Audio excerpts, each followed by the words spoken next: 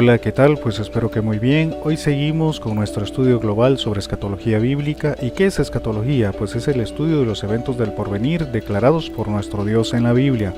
Bienvenido, bienvenida a nuestro estudio de Apocalipsis. Ya estudiamos acerca de las fiestas judías instituidas por Dios allá en el Antiguo Testamento y cómo son un tipo del Salvador eterno, nuestro Señor Jesucristo, que habría de venir a este mundo perdido, acerca de su obra de redención, lo que habría que hacer y lo que falta por cumplirse en su plan para las edades. También recién terminamos nuestro estudio del libro de Daniel, que es complementario a nuestro estudio que comenzamos hoy. Vimos cómo Dios reveló detalles de lo que habría de suceder para los siglos posteriores y cómo se ha ido cumpliendo por la evidencia que tenemos en la historia. Ahora en nuestro estudio de Apocalipsis veremos a mayor detalle todo lo que Dios ha declarado que hará para los tiempos del fin. Toma tu Biblia en mano, que dedicaremos este tiempo para aprender más sobre las verdades que Dios nos ha dejado en su santa palabra escrita. Recuerda que como cristiano no debes tener ningún tipo de miedo o ansiedad al estudiar el libro de Apocalipsis, ya que Dios nos garantiza nuestra salvación eterna y que en Él estamos seguros. Pero bueno, comencemos ya. Gracias, Josué. Buenas noches. Ya hemos hecho los intentos por grabar y poco a poco también queremos hacer eso ya con mayor formalidad. Yo considero, hermanos, que la iglesia local, de hecho quiero tomar un tiempo prudencial y para el estudio de la iglesia local, las enseñanzas deben quedar, ¿verdad?, para la posteridad. ¿Por qué? Porque a veces, como dice el hermano Josué, nos perdimos algo y perdimos la secuencia de las enseñanzas y es difícil volver al inicio para tomar, ¿verdad?, la totalidad de la instrucción. Entonces, por esa razón, hermanos, oren también, ¿verdad?, para que algún día, si Dios lo permite, podamos también hacer eso. Hacer uso de la tecnología no es malo, ¿verdad? Hacer uso de la tecnología no es malo, así que bien, a Dios gracias por los que saben y nos ayudan con esto. Bien, terminamos nuestro estudio de Daniel y hoy vamos a comenzar nuestro estudio de Apocalipsis. Voy a tratar de ser, hermano, lo más breve y sencillo posible para esta enseñanza del Apocalipsis. Yo sé que usted ya ha recibido instrucción del libro de Apocalipsis, pero a veces se nos pasan ciertos detalles que es necesario volver a refrescar. Yo recibí este estudio hace años, el pastor Arturo también lo dio aquí en la iglesia, él es un experto en Apocalipsis, y lo que voy a tratar de hacer, hermanos, es resumir este libro, que por cierto hay una bienaventuranza para aquellos que lo estudian, ¿verdad? En el primer capítulo nos dice claramente que esta es la revelación de Jesucristo. Ahora, la escatología, que es el estudio de los eventos futuros, tiene que ver con el hecho de que todavía estamos al pendiente de estas profecías bíblicas, todavía estamos al pendiente de algunos acontecimientos que nos mencionan, ¿verdad?, los libros proféticos en la Biblia, y entre ellos tenemos pues al único libro profético en el Nuevo Testamento, es el único, ¿verdad?, que es Apocalipsis, es el único. Hay un libro profético que es Apocalipsis, hay un libro histórico. ¿Cuál es el libro histórico en el libro en el Nuevo Testamento? ¿Cuál es?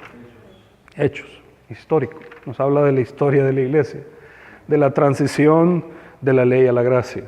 Por eso que usted encuentra ahí dones maravillosos, ¿verdad? Por ejemplo, el hablar en lenguas, sanidades, infinidad de maravillas y señales que se hicieron durante el periodo de transición. Una vez que se concluye el canon, o sea, que se concluye el Nuevo Testamento, esas señales cesaron, y el apóstol Pablo en 1 Corintios 13 lo dijo: la ciencia acabará, cesarán las lenguas, y todo lo que es en parte, dice, va a terminar. Pero, ¿por qué? Porque viene lo perfecto. ¿Y qué es lo perfecto? Pues lo que tenemos en nuestras manos, ¿verdad? La palabra de Dios. Por esa razón, hermanos, nos confundimos cuando hay prácticas en el neoevangelismo de eso de las lenguas y todas estas prácticas evangélicas que no van acorde a las Escrituras.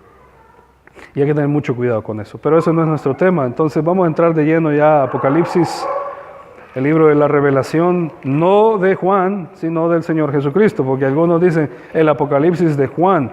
Bueno, está bien, él lo escribió, pero no es de Juan, es del Señor Jesucristo, es de Él, ¿verdad? Ahí dice en el capítulo 1, verso 1, dice la revelación de Jesucristo. Así comienza este libro, dice la revelación de Jesucristo. ¿Qué es revelación? ¿Qué es revelación? Bueno, algo que está velado, algo que está tapado y que es descubierto. Eso es revelación. Así es la palabra que encontramos aquí en el griego original, que es Apocalipsis. Eso significa lo mismo, revelación, ¿verdad? Y como le mencionaba, escatología es una palabra que viene de escatos. ¿Qué significa eso? Eventos futuros, los tiempos del fin. Entonces el verso 1 dice que la revelación es del Señor Jesucristo, que Dios le dio para manifestar a su siervo las cosas que deben, ¿cuándo? Suceder pronto, y la declaró, enviándola por medio de su ángel a su siervo Juan. Entonces, ya empezó la picazón de garganta. Entonces, el asunto aquí, hermanos, es que Juan recibe esta revelación. Ahí va Javier, gracias. Juan recibe esta revelación estando confinado en el exilio. Hay una similitud entre Apocalipsis, Daniel, Ezequiel, Zacarías, que son libros proféticos en el Antiguo Testamento también. ¿Cuál es la similitud que encontramos en Apocalipsis, Daniel, Ezequiel, Zacarías? Que también estaban en el exilio. Daniel estaba en el exilio en Babilonia. Ezequiel estaba en el exilio en Babilonia. Zacarías estaba en el exilio en Babilonia. Entonces, ¿entiende? Pareciese que Dios en su plan eterno buscó hombres que estuviesen pasando una situación penosa, ¿verdad? Porque está lejos de su familia y lejos de su tierra.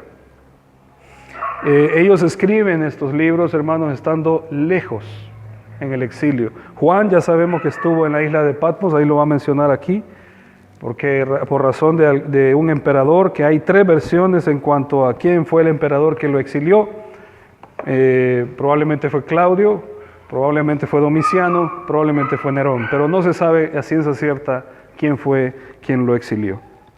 Lo cierto es que Juan está allá apartado en una isla, dice el verso 2, dice, Juan dice que ha dado testimonio de la palabra de Dios y del testimonio de Jesucristo y de todas las cosas que ha visto.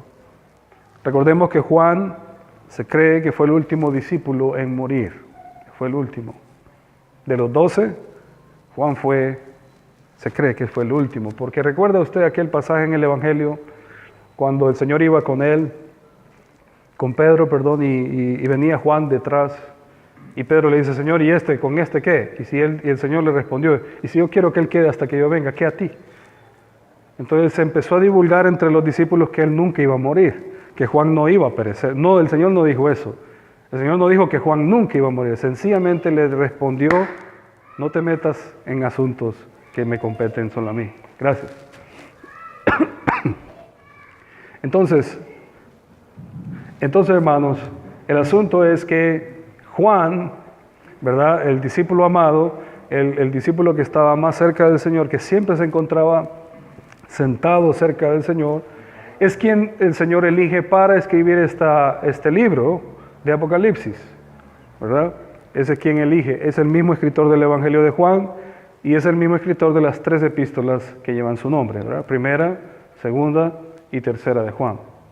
Y estos libros de Juan también se le llamó antilegómena, que es una palabra que significa que no eran inspirados, o sea, no podían pertenecer al canon del Nuevo Testamento.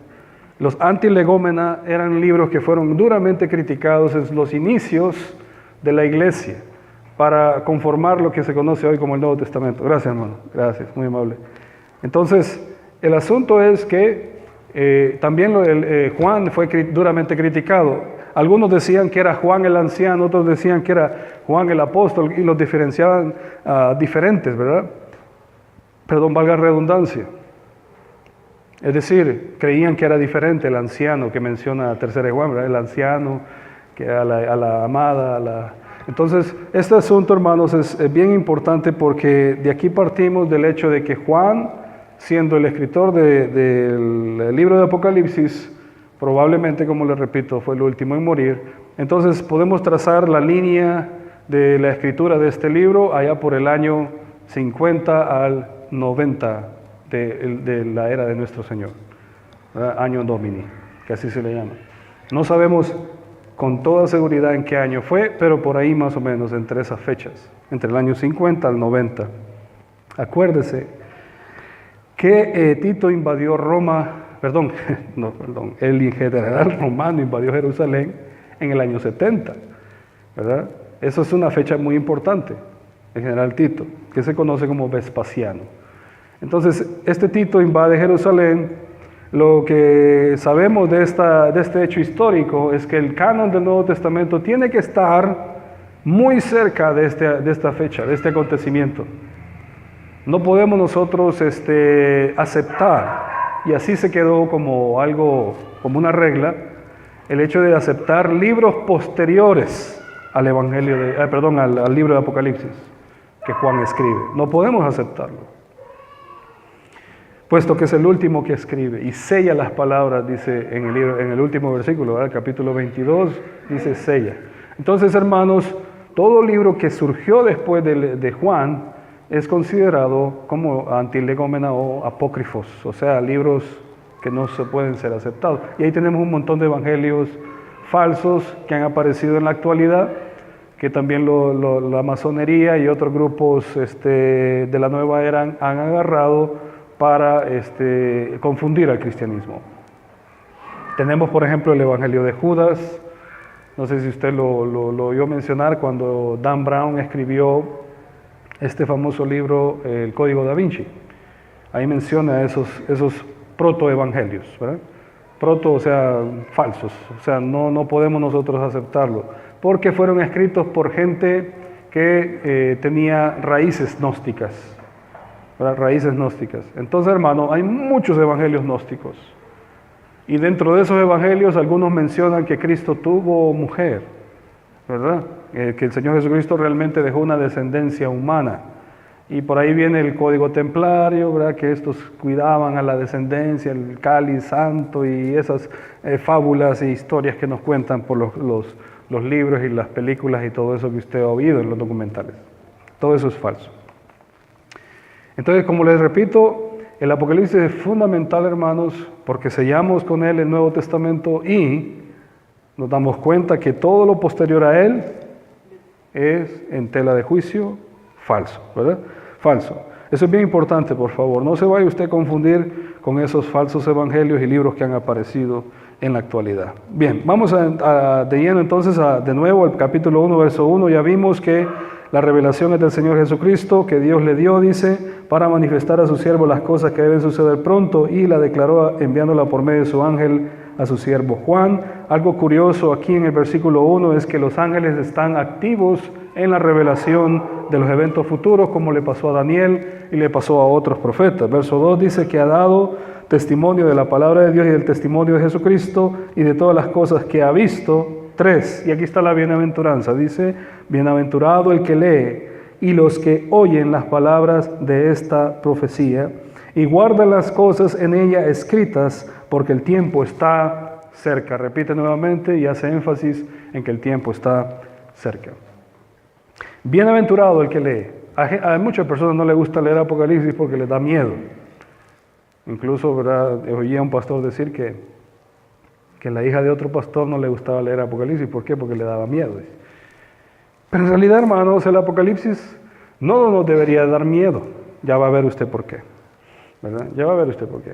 Del capítulo 1 hasta el capítulo 3 vamos a ver las cosas que son. Así lo vamos a dividir este libro. Del capítulo 1 al capítulo 3, las cosas que son. Del capítulo, de la mitad del capítulo 3 hasta el capítulo 19, son las cosas que van a suceder, ¿verdad? Van a suceder, podríamos decir desde de la mitad del capítulo 3 hasta terminar, son las cosas que van a suceder, pero prefiero dividirlo en 3 capítulos primero, las cosas que son, luego tenemos 16 capítulos de las cosas que van a suceder pronto y 3 capítulos finales que nos hablan del establecimiento del reino, el juicio y luego el estado eterno, ¿verdad? Entonces 3, 16, 3. Así vamos a dividir el libro de Apocalipsis para que nos dé un total de 22 capítulos, ¿verdad? 3, 16 y 3, así es, ¿verdad? 19 y 3, 22. Ahí está, cheque los 22 capítulos para que usted lo tenga en mente, ¿verdad? Los primeros 3 capítulos, cosas que son, o sea, las que están sucediendo ahora. Nos va a abrir un telón el libro de Apocalipsis de las cosas que ocurren en este momento, los primeros 3 capítulos. Luego entramos a las cosas que van a suceder para terminar al final con el estado eterno, ¿verdad? Así de sencillo va a ser, ¿verdad? Para que lo tengan en mente otra vez, 3, 16, 3. Los primeros 3 capítulos, las cosas que son. 16 capítulos que vamos a hablar de la gran tribulación. Todos esos capítulos hablan de la gran tribulación. Todos, ¿verdad? Desde el capítulo 4 en adelante, pura tribulación. Y los últimos 3, el estado que estamos esperando, ¿verdad? O sea, el reino milenial. En adelante. Entonces así, 3, 16, 3. Teniendo esa estructura, entonces, vamos adelante. Verso 3, la bienaventuranza dice el que lee y los que oyen las palabras de esta profecía y guardan las cosas en ella escritas porque el tiempo está cerca. Juan, a las 7 iglesias que están en Asia, gracia y paz a vosotros del que es y que era y que ha de venir y de los 7 espíritus que están delante de su trono y de Jesucristo, el testigo fiel. Ponga atención a esto porque es bien importante. Dice, y de Jesucristo, el testigo fiel, el primogénito de los muertos y el soberano de los reyes de la tierra, al que nos amó y nos lavó de nuestros pecados con su sangre. Así comienza él este libro. La salutación, ¿verdad? Juan dice el verso 4, a las 7 iglesias. ¿Y qué más dice? Que están en Asia, gracia, paz. Y empieza a mencionar, pero lo que me encanta a mí de esta salutación es el verso 5. Dice, y de Jesucristo, el testigo fiel, al primogénito de los muertos. Yo les dije a ustedes que hubo muchos casos de resurrección en el Antiguo Testamento, ¿verdad? Pero todos esos que resucitaron en el Antiguo Testamento volvieron a morir. Y igual en el Nuevo Testamento, Lázaro volvió a morir, pero Cristo es el único que ha resucitado y está vivo, no volvió a morir, está vivo, o sea, Él no volvió a la tumba. Lázaro volvió a visitar la tumba de donde Él salió. Acuérdense, Lázaro estaba 4 días allá en aquella tumba, cuando el Señor le dice, Lázaro, ven fuera, Él sale, le dicen, desátenle, déjenle ir, pero Lázaro volvió a ser sepultado ahí. A los años, no sé cuánto tiempo duró Lázaro, de hecho lo querían matar, ¿se acuerda? Porque como el testimonio era poderoso de la resurrección de Él, ya lo andaban buscando a Lázaro para matarlo. A saber si duró poco, no sé. La Biblia no menciona el hecho que Lázaro volvió a estar ahí. Igual todos los casos de resurrección, la hija de Jairo, por ejemplo, volvió a morir. Ese día el Señor la levanta, pero años después probablemente vivió, tuvo hijos, no dice la Biblia qué pasó con la hija de Jairo, pero la muchacha volvió a morir. Pero Cristo es el único, repito, el único que ha levantado a los muertos y está todavía en la presencia de Dios, o sea, vivo. No volvió a ajustar la muerte, solo una vez la ajustó. No 2 veces, como el caso de estos que mencioné anteriormente. Entonces, hermanos, por eso Juan lo llama el primogénito, el primero de entre los muertos, porque es el único que sigue vivo. Dice, y el soberano de los reyes de la tierra, el que nos amó. Esto es importante también, hermanos, porque todo esto tiene que ver con el amor de Dios. Recuerde que Juan, el discípulo amado, es el discípulo o el apóstol del amor. Y aquí vuelve a mencionar este don.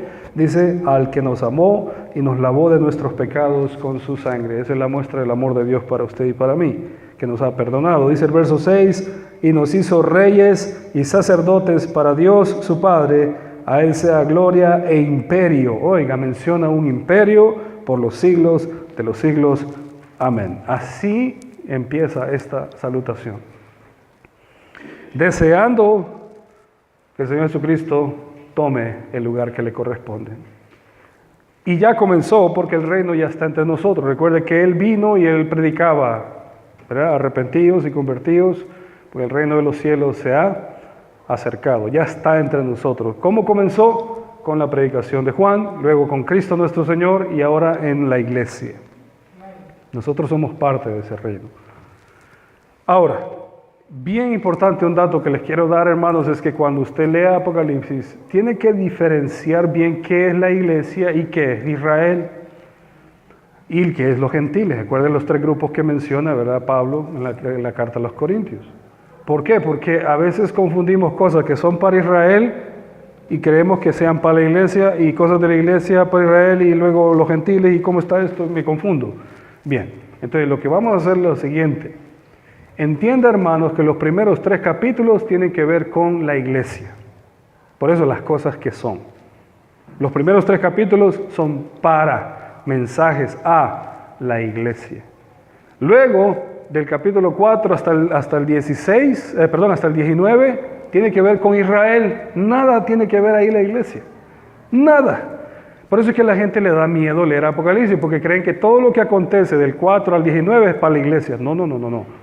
No nos equivoquemos. Eso no tiene nada que ver la iglesia ahí, porque la iglesia ya no está en la tierra. Todos esos acontecimientos del 4 al 19 están pasando en la tierra a los pueblos gentiles incrédulos y al Israel incrédulo que está ahorita, porque Israel es incrédulo. Entonces, para no confundirnos, los primeros 3 capítulos sí son mensajes a las iglesias. Luego del 4 al 19, Israel y el pueblo gentil. Y luego al final, tendremos los últimos 3 capítulos en el establecimiento del reino, o sea, lo que menciona Juan en esta salutación, el imperio divino que se va a establecer en la tierra, que es el que estamos anhelando que ya se venga, ya de una vez, ¿verdad? Ya queremos que se establezca ese imperio. Hermanos que están aquí hoy, si usted sirve a Cristo, hay una promesa aquí en este libro, si usted le sirve, que el Señor le va a dar lugar en su gobierno. Es interesante, porque aquí Él menciona eso. Más adelante, ahí lo vamos a ver. Pero sigamos entonces. Dice el verso 7, terminó la salutación Juan y dice, he aquí que viene con las nubes, y todo ojo le verá, y los que le traspasaron, y todos los linajes de la tierra. Vea que menciona varias veces todo. Todos los linajes de la tierra harán lamentación por él, sí, amén. ¿Qué está diciendo Juan con esto de que el Señor, la forma de su venida, cómo va a ser? En primer lugar dice que viene con las nubes. ¿Cómo se fue él al cielo? ¿Cómo se fue en el monte cuando se despidió de sus discípulos? En las nubes, correcto. Así como le habéis visto, dijeron los ángeles, así como habéis visto irse, así vendrá. Entonces, la primera característica que encontramos aquí es que Cristo vendrá tal cual se fue, en las nubes. Las nubes le taparon, le rodearon. Recuerda que es un velo, el Señor se ocultó de ellos y fue llevado.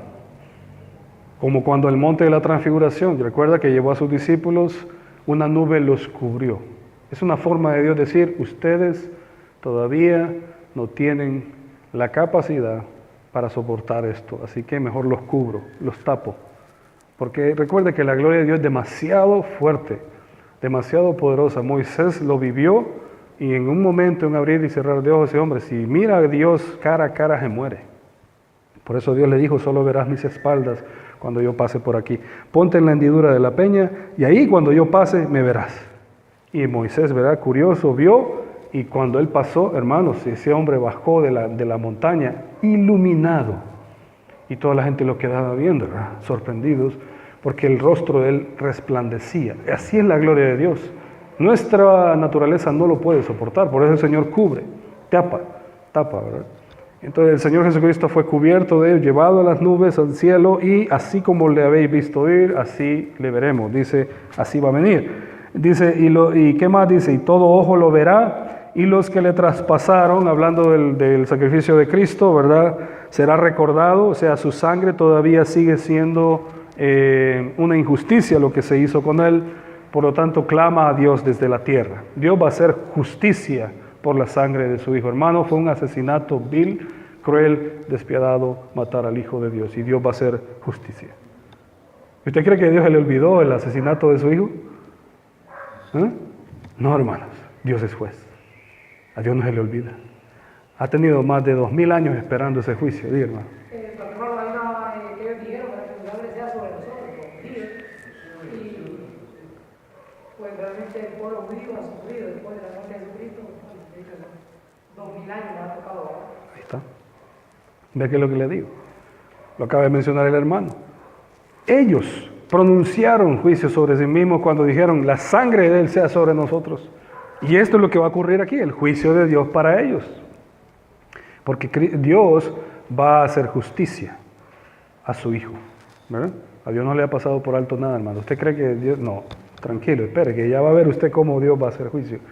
Dice, y los que le traspasaron, y todos los linajes de la tierra, oiga, habla de linajes, no razas, porque tenemos el concepto racista en nuestra mente por la evolución, pero habla de linajes, somos familia. Yo le decía a Eloísa hace unos días que veníamos en camino, que la Biblia no habla del concepto de raza, habla del concepto de familias y linajes, ¿verdad? Para que no tengamos ese concepto de que yo soy mejor que otro, aquel es mejor que mí. No, todos delante de Dios somos iguales, solo que hay diferencias por los linajes. Hay diferencias familiares, costumbres familiares, ¿verdad? Y así usted puede viajar por el mundo entero y va a encontrar diferentes costumbres en todas partes. Unas se parecen a las nuestras, otras no, son totalmente diferentes. Por ejemplo, usted viaja a la India tiene casi, creo si no me equivoco, ya andan cerca de los 1.000 millones, creo que andan por 900 millones de habitantes. Es un país inmenso. Y aún en la India hay costumbres diferentes en diferentes regiones, ¿verdad? En la India es un país grandísimo. Y los hindúes se parecen un poco a nosotros, las costumbres de ellos, algunas, ¿verdad? No todas. Pero ellos, por ejemplo, comen con los dedos. ¿Se ha fijado los hindúes? Ellos se sientan en el suelo, ponen un tapete, ahí ponen la comida y todo el mundo mete la mano al mismo plato, así costumbre de ellos. ¿Ah? Y están comiendo con los dedos. No, ellos no usan tenedores, no usan cucharas. Y de hecho yo lo he comprobado, a mí me gusta cuando estoy en mi casa, es más rico comer con los dedos, hermano. Yo agarro la tortilla y qué gusto darse meter los frijolitos con mantequilla a la boca con los dedos. Obviamente lavada, ¿verdad? No me voy a meter la mano sucia. Es que el tenedor le quita el sabor. Y la cuchara también, metal en la boca. Y yo he mordido a veces hasta los tenedores del hambre, me he pegado mis buenas heridas por eso. Pero hermanos, linajes dice la Biblia, así que tenemos entonces que todos los linajes y toda la gente dice harán lamentación por Él, por el Señor Jesucristo. Sí, amén, dice el escritor. Verso 8, me encanta este verso también, dice, yo soy el alfa y la omega. Ya sabemos que estas son las dos, la primera y la última letra del alfabeto griego. Alfa, beta, kappa, así, ¿verdad? Delta, epsilon, ¿qué más? Después de epsilon, ayúdenme.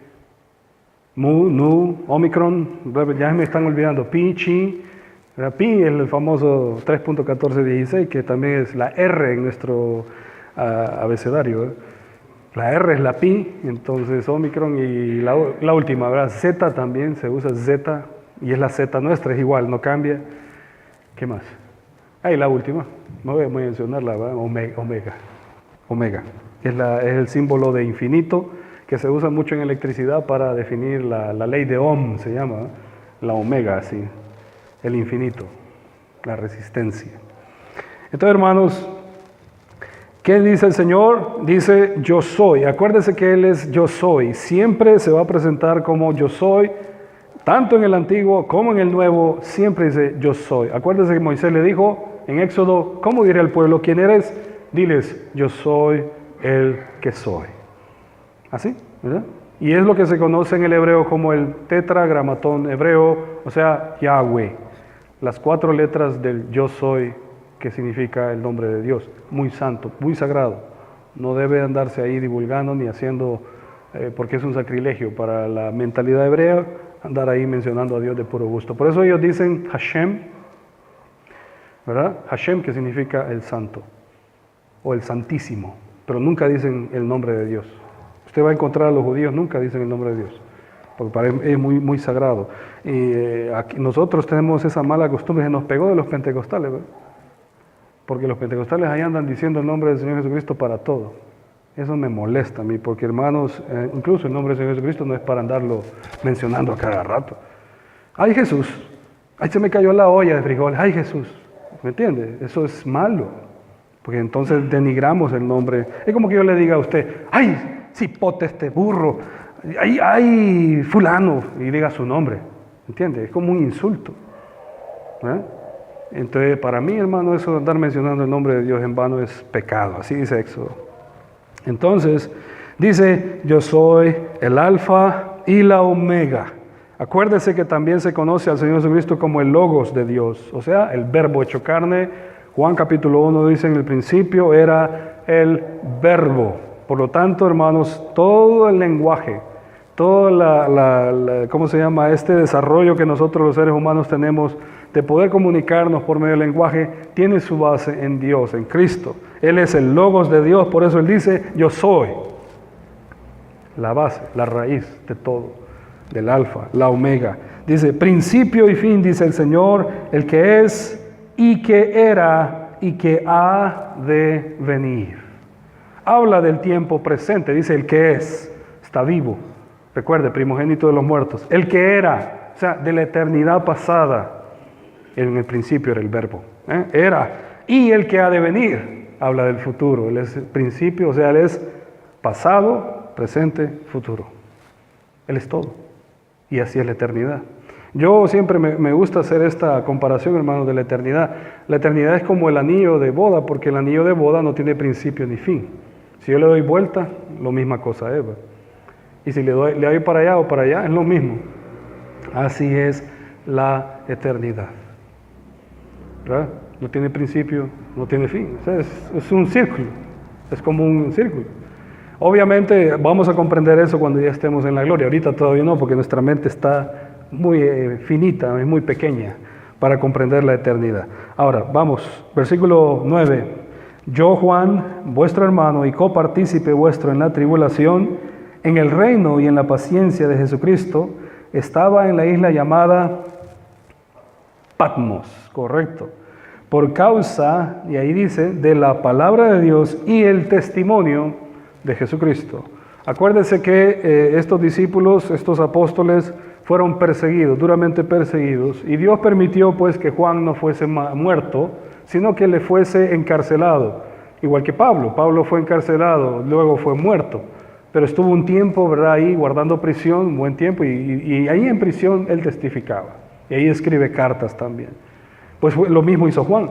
Juan, estando preso en esa isla, exiliado, escribe este hermoso libro que ahorita estamos estudiando, ¿verdad? El libro de Apocalipsis. Así que, hermanos, sépalo que en el momento de crisis, en el peor momento de su vida, Dios puede usarlo para su gloria.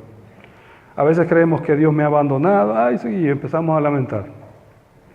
Ay, sí que el Señor me ha dejado solo. Ay, sí que el Señor aquí. Ay, sí que el Señor allá. ¿Qué sabemos, hermanos, si Dios está haciendo la obra con usted? ¿Cómo la hizo con estos hombres? En el peor momento de su vida, cualquiera pudo haber dicho, Juan, Pablo, todos estos que padecieron por Cristo, el Señor me abandonó. No, ellos no se quejaron ni murmuraron. Al contrario, Dios los usó. Quiero decirle algo. ¿Usted cree que Juan, estando en la calle, hubiera escrito este libro? No, pues ellos estaban, inmiscuidos, estaban metidos de lleno en la predicación del Evangelio. Entonces viene Dios y dice, ya Juan, ya estuvo, venga para acá. Y lo meten preso, ahora escriba. Es difícil, yo sé que es difícil, ¿verdad?, comprender eso. Pero es el momento en que Dios escoge para que este hombre esté solo, lejos de toda su familia, lejos de todos sus hermanos, para que escriba un libro. ¿Entiende? Solo, totalmente solo. Y ahí en esa prisión, ahí en ese lugar, él escribe este libro, hermanos. Por eso le digo, nunca se queje.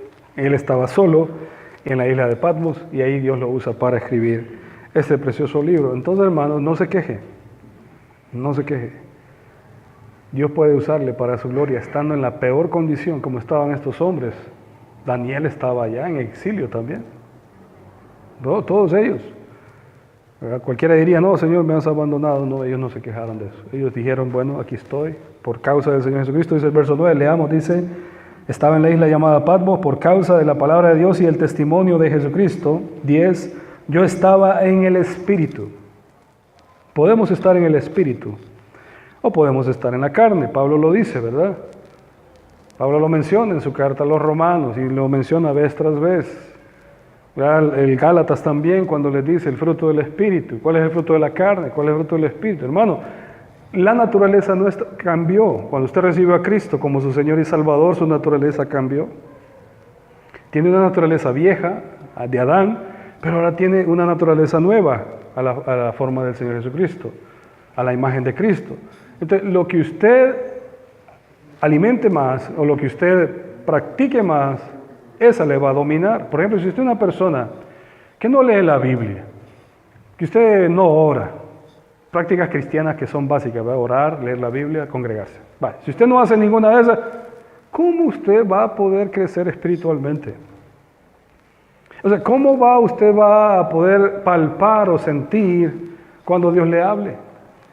A veces tenemos problemas para decir, bueno, Dios me habló esta mañana, ¿verdad? O será que yo estoy imaginándome esto.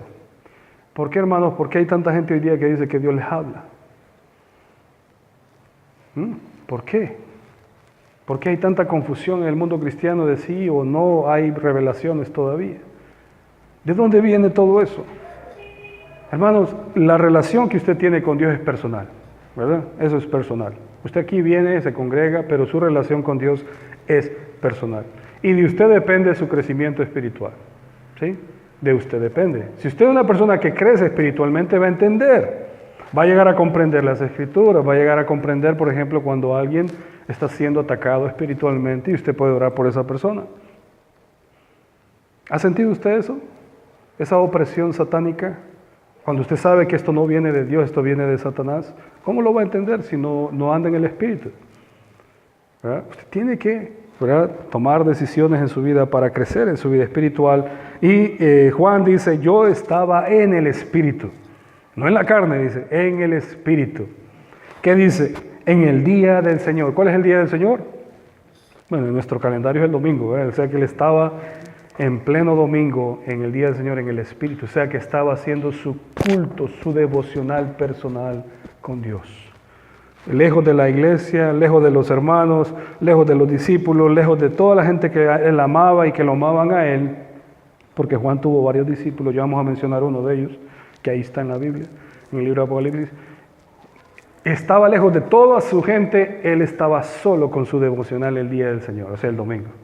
Se levantó de juro en la mañana, empezó a orar, cantar himnos y a memorizar, porque él tenía la escritura aquí, mire, a tratar de recitar versículos o tratar de mencionar pasajes de la Biblia, hermano, porque ellos no tenían acceso a los rollos.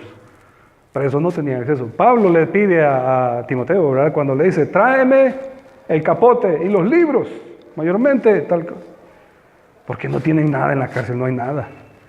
Sí, lo que les daban a ellos era apenas algo de comer y el privilegio que Pablo sí estuvo preso en una casa un tiempo y podía leer. Pero Juan, no sabemos si él pudo llevarse libros para estudiar. Entonces, hermanos, él estaba en el Espíritu. Eso significa, hermanos, que usted debe tener un devocional personal diario con Dios.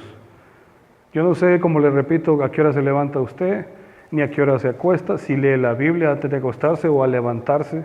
Pero eso debe ser, por decirlo así, un ritual diario suyo. Su altar personal. En su casa debe haber un altar entre usted y Dios. Yo no sé dónde lo tiene, si es en su cuarto, si es en la sala, si es allá en el patio, pero debe ser un lugar especial que usted dedica a Dios para orarle a Él, comunicarse con Dios. Y no estoy hablando que le va a levantar una imagen ahí, ¿verdad? O poner la Biblia en el Salmo 91 para que Dios bendiga este hogar. No se trata de eso. Es el altar, significa el lugar donde yo me comunico con Dios a diario y donde yo puedo conversar y tener crecimiento espiritual y andar en el Espíritu. ¿Entiende, hermanos? Versículo 11. Dice que él estaba en el Espíritu y oyó una gran voz como de trompeta. Dice el verso 10, dice, y oí detrás de mí una gran voz como de trompeta que decía, lo vuelve a repetir el verso 8, dice, yo soy el Alfa y la Omega. El primero y el último. Escribe en un libro lo que ves y envíalo a las 7 iglesias que están en Asia. Y menciona sus nombres: Éfeso, Esmirna, Pérgamo, Tiatira, Sardis, Filadelfia y Laodicea. 7 iglesias, ¿verdad?, que están en Asia. Los mensajes que va a enviar el Señor a cada una de ellas tienen relevancia para cada uno de nosotros hoy en día. Por eso estas son las cosas que son, acuérdese, las cosas que son, están pasando, que ocurren en nuestra actualidad. Por eso estamos viendo esto. Recuerden, estamos en el capítulo 1, luego vamos al 2, luego al 3. Las primeras cosas, las cosas que son.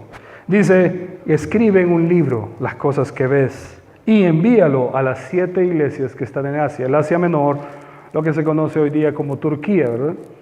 Los turcos, de los antiguos imperios otomanos, que ellos dominaron el mundo en el pasado. Fueron fuertes, era un imperio muy grande en todo eso. Bueno, ahí estaban esas 7 iglesias y ahí están, fíjense, todavía las ciudades. Ahí está Éfeso, ahí está Esmirna, ahí están. Cambiaron sus nombres algunos, pero ahí están todavía. Hay vestigios también de la cultura griega, porque acuérdense que los griegos conquistaron todo eso. Ya vamos a ver cada uno de ellos. Quizás, si Dios lo permite, traigo algunas fotografías el próximo miércoles para que miren las ciudades y los lugares donde estaban ubicadas, que hoy día ya hay solo ruinas, ¿verdad? Muchas de ellas solo son ruinas. Pero lo interesante es que estas eran ciudades-estado. ¿Sabe qué es una ciudad-estado, verdad? Lo que quieren hacer aquí, con las famosas ciudades modernas. ¿Cómo le llaman estas? Las ciudades modelos, exacto. O sea, son ciudades dentro de un país que se gobiernan solas. O sea, son como pequeños paisitos, ¿verdad? Pequeños estaditos, algo así. Es como cederle territorio de soberanía a una ciudad y decirle, vaya, gobiernense ustedes, pues. Solo paguen los impuestos, paguen lo que tienen que pagar y ya. Pero ellos se gobiernan solos y ahí no se mete nadie porque estos son ciudades modelo. Algo así eran las ciudades-estado de Asia Menor. Éfeso, todas estas que menciona aquí, los 7 iglesias que estaban en esas ciudades, Éfeso, Esmirna, Pérgamo, Tiatira, Sardis, Filadelfia y Laodicea. Lo importante de todo ello, y es algo que vamos a ver más adelante, es que cada una de ellas, como hoy día hay un registro de nacimientos, como también hay un registro de defunciones. ¿Sí? Uno, por ejemplo, cuando nace un bebé, lo primero que hace es ir a, como dicen, a sentarlo, dice la gente, vamos a sentar al niño. Entonces vamos allá al registro, nos piden las tarjetas de identidad de los padres, ya le ponen, ¿cómo le van a llamar? Bueno, él se llama fulano de tal. Escríbame aquí, por favor, sí. Y los apellidos del padre y la madre. ¿Quiénes son los abuelos? ¿Quiénes son los maternos y paternos? Ellos ponen todos los datos ahí. Entonces esa es la partida de nacimiento del bebé, de que es un ciudadano de ese país. ¿Sí? Esa es la partida. Igualmente, cuando uno fallece, ¿qué le hacen? El acta de defunción. Fulano de tal ha fallecido el día tal a tal hora. Ahí en el hospital le llenan una hoja de esas y luego uno va a registrarlo. También al registro, ¿verdad? También va a hacer eso. ¿Qué es lo que sucede en las ciudades-estado? En las ciudades-estado era lo mismo, había un libro de la vida y un libro de la muerte, que por decirlo así eran el registro de nacimientos y el registro de muertes, ¿verdad? Entonces vamos a encontrar eso aquí en Apocalipsis porque dice, y no borraré su nombre del libro de la vida. Entonces uno dice, bueno, entonces pierdo la salvación. Un momento. Si las ciudades-estado tenían un libro de nacimientos, de vida, significa que la persona no ha muerto, ¿para qué lo van a borrar del libro de la vida? ¿Para qué? No sé. No tiene sentido que una persona que sigue viva se borre del libro de la vida. Se escribe en el libro de la muerte, ¿no? Pero no del libro de la vida. Entonces, cuando la Biblia dice, y no borraré su nombre del libro de la vida, significa que la persona que cree en el Señor no muere eternamente. Sigue vivo. No se borra su nombre. Pero algunos dicen, no, es que entonces que perdemos la salvación. Porque ahí dice que nos va a borrar del libro de la vida. Los que se borran del libro de la vida son los que van a morir eternamente, obviamente. ¿Entiende? Sí, yo ese pasaje siempre he visto como, o sea, yo no